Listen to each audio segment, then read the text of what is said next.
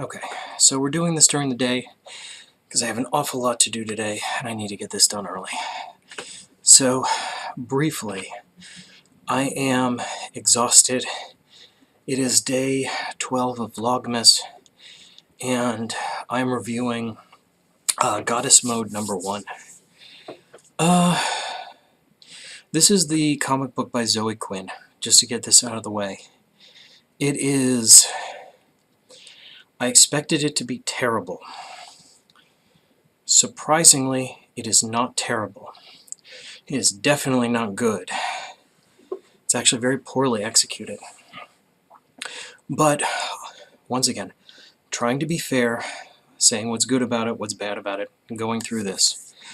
I also want to go through a couple panels on this comic, because they're worth going through. Briefly, this is a comic about some sort of... That's a good question. What in the hell is this comic book about? It's about a post-scarcity society that somehow has slums and lower-class people.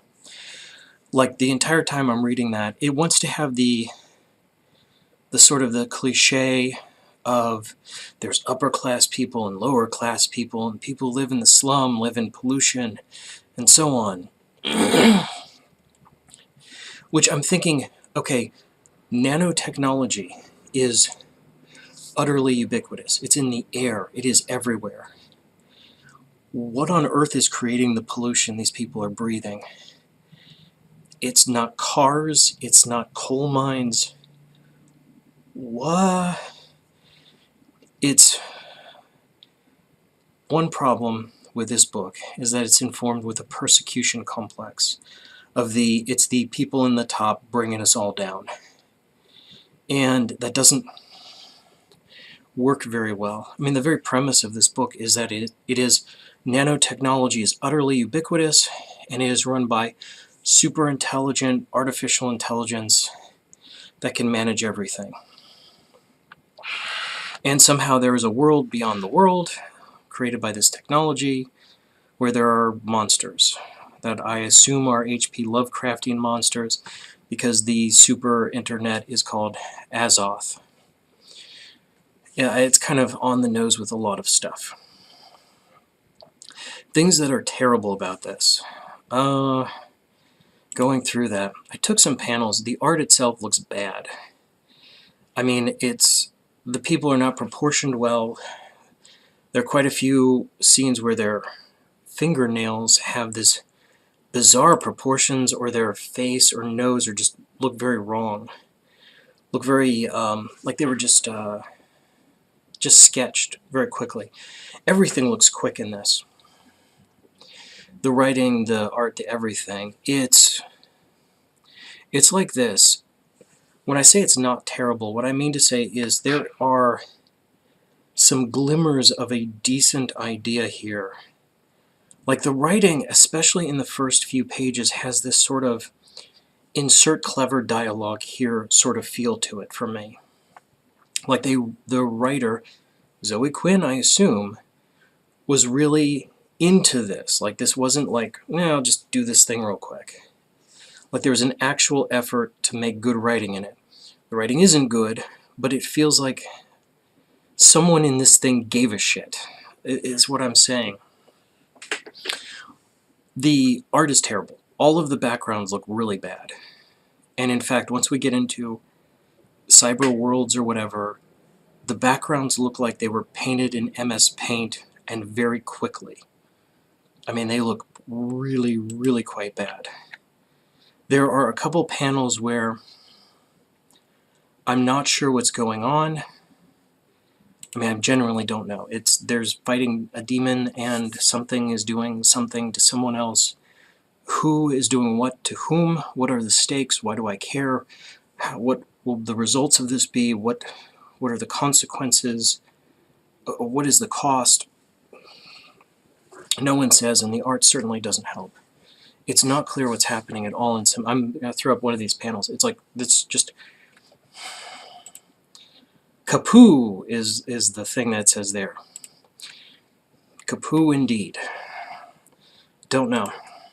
Let's see, what else? I also noticed a couple panels where, I'm going to throw up this panel, where if you look at the edge of the character, their skin tone, this character whose name I don't know, that's the main character, I don't know their name, but their skin tone is actually bleeding into the rest of the panel. And I do not consider myself to be a master of digital art by any means, but I am, I do actually do some.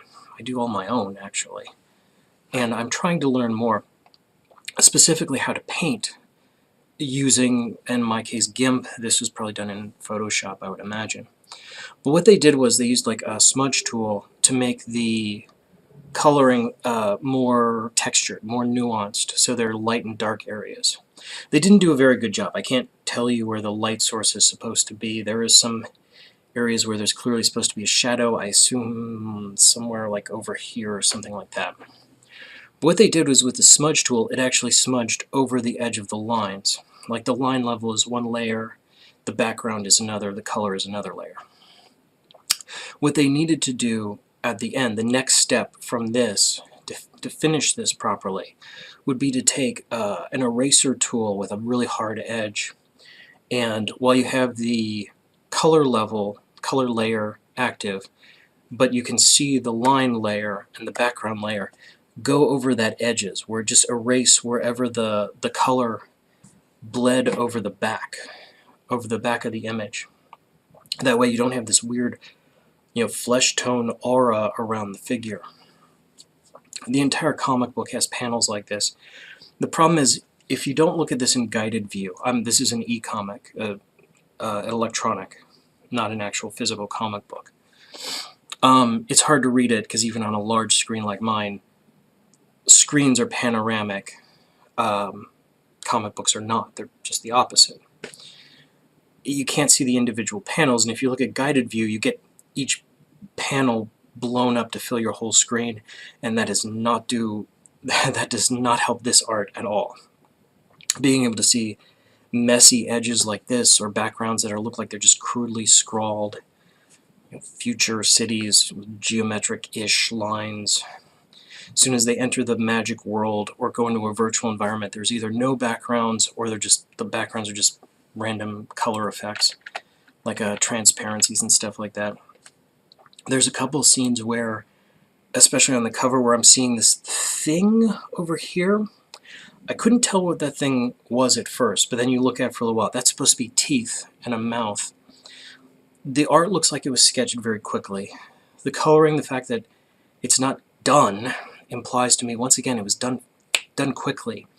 The writing, there's an impetus to do good writing, but it's sloppy in places. I can't tell with some of these word balloons who's supposed to be talking or thinking. Is this a conversation? Is this happening in someone's head? There's 4 or 5 characters. Once again, the art isn't clear who is there or how many people or whatever. So it's like, what the heck is going on? Who is saying, I'm looking at dialogue, who is saying this dialogue? Is it an internal monologue? Not clear. There's no thought balloon, just this little box with dialogue in it. Is it another character who's narrating or reminiscing or what? Don't know. So, sloppily done, quickly done, slapdash. Is it the worst thing I've read this week from Vertigo? No. Reading it, it made me think of a recent Marvel comic.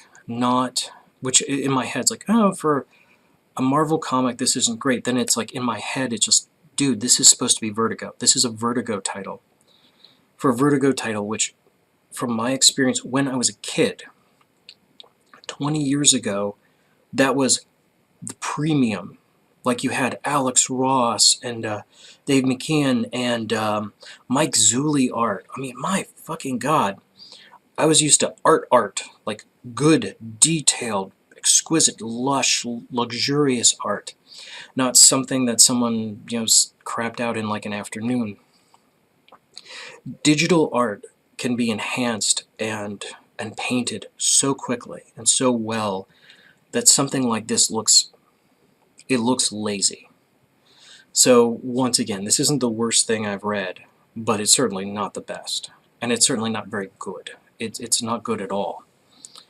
I mean, I recommend not getting it. It's not worth $4. It doesn't, it looks like someone, I assume Zoe Quinn herself, cared about the product. Like there was some, I get the impression of effort and attention, but somehow this was rushed out. I don't know how that is. I know this was announced like almost a year ago. So what is going on here? I don't know. But that's what it is. That's what you got. That's me. I'm out.